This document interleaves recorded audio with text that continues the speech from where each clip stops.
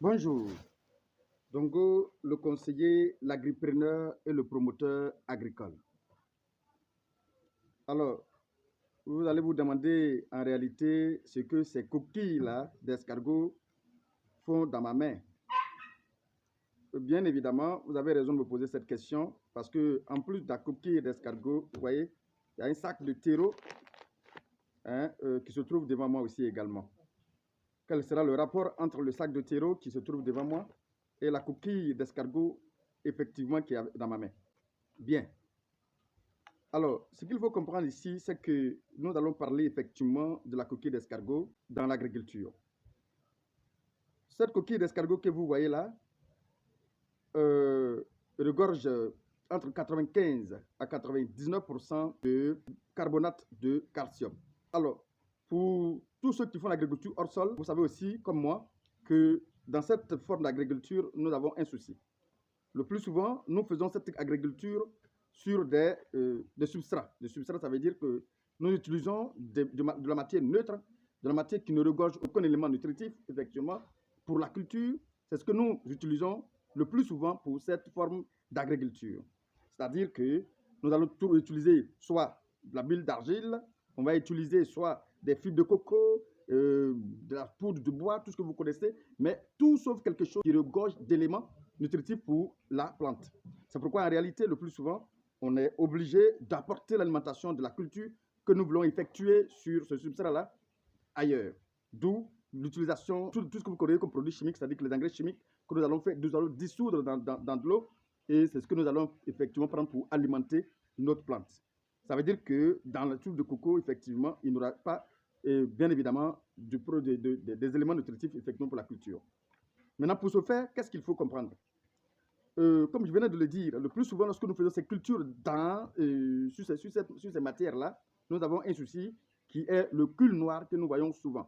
Le cul noir est peut-être dû soit à un problème hydrique, c'est-à-dire que le système nutritionnel en matière d'eau de la plante, effectivement, est décousu. L'arrosage n'est pas bien organisé. Le plus souvent, on peut avoir ces problèmes à cause de cela. Mais le problème, un des problèmes qui fait qu'on a souvent les pulls noirs, c'est le manque de calcium. Pourtant, parfois, nous ne savons pas, on a du calcium qui traîne autour de nous, malheureusement, que nous ne savons pas. Voici ça dans ma main, ça regorge 95 à 99% de calcium. Comment on peut utiliser ce calcium effectivement dans l'agriculture? Avant de pouvoir l'utiliser, bien évidemment, en agriculture, il faut toutefois d'abord transformer ça en poudre. Comme vous le constatez, voici la poudre, bien évidemment, de la coquille d'escargot. La poudre de la coquille d'escargot. Pour ceux qui ont fait cette culture-là sur des tourbes ou des fibres de coco, bien évidemment, vous allez bien rendre ça très poudre, bien poudré, et puis vous allez mélanger dans la boisson, dans la solution que vous allez effectivement mélanger, pour faire passer ça par les tuyaux, par les gouttières.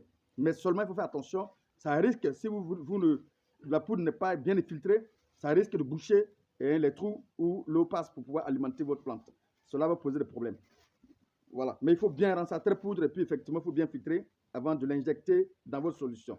Même pour nous, par exemple, qui faisons cette forme d'agriculture, bien évidemment, sur des terreaux que nous collectons souvent là où on jette les poubelles, on peut l'utiliser directement dans nos terreaux, directement. C'est-à-dire que vous allez prendre une faible quantité. Attention, je vous ai dit que ça regorge près de 95 à 99%, bien évidemment, donc ne prenez pas ça en excès. Cela risque effectivement d'avoir ça en excès, d'où tout excès nuit, vous allez voir que ça va jouer aussi sur votre culture. C'est tout ce qui est dans ma main suffit largement pour faire un bon mélange avec tout ce qui est là. Je vais effectivement mettre ça sur le terreau, mélanger ça sur le terreau et je fais un très beau mélange avec le terreau. Croyez-moi, une fois cela est bien incorporé, bien mélangé avec ce terreau, vos problèmes de calcium est résolu définitivement. Vous allez voir que vous n'aurez pas de problème de calcium. Vous allez voir que ces problèmes de cul noir est tout à fait résolu. Alors, les plus solides, les plus efficaces, effectivement, de faire l'agriculture, disons, biologique, naturellement, sans toutefois utiliser d'autres produits.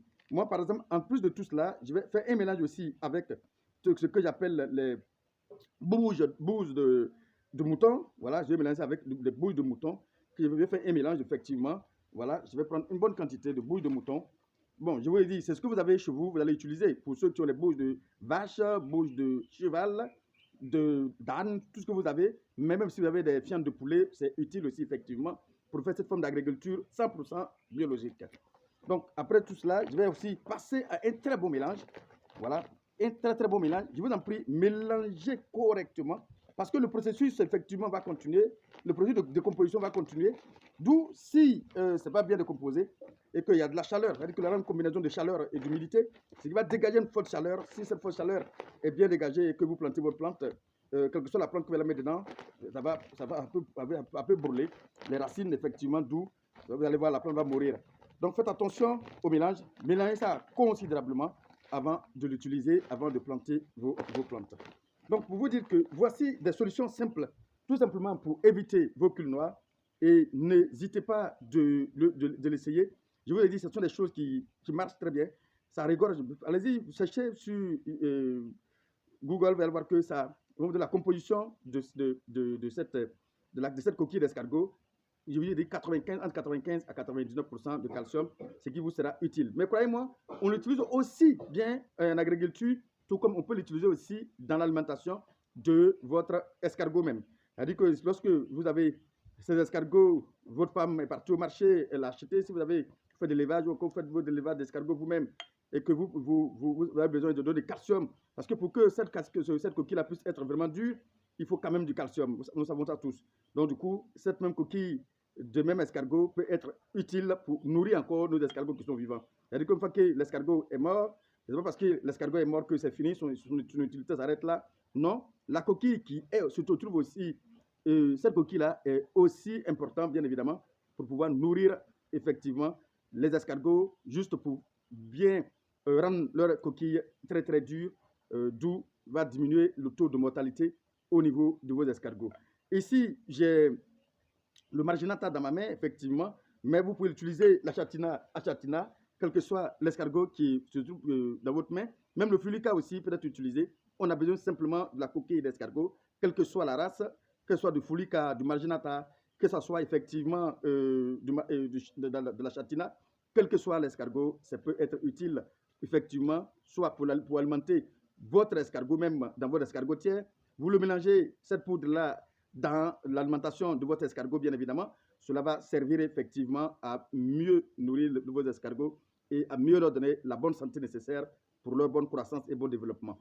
C'est la même chose aussi au niveau de votre plante. Si vous voulez vraiment utiliser ça dans l'agriculture, que ce soit l'agriculture de tomates, du piment, que ce soit des aubergines, tout ce qui peut être attaqué par le cul noir, cette poudre d'escargot et de la coquille d'escargot est utile effectivement pour éviter ce qu'on appelle le cul noir dans vos tomates, vos piments et votre aubergine, quel que soit ce que vous voulez effectuer.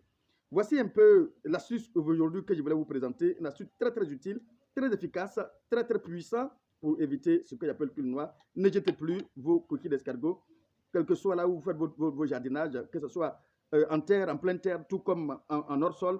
Vous pouvez l'utiliser pour vraiment donner une bonne croissance et un bon développement à votre culture. Encore une fois, c'est votre même Dongo et à bientôt pour une autre astuce ou une autre vidéo. Merci.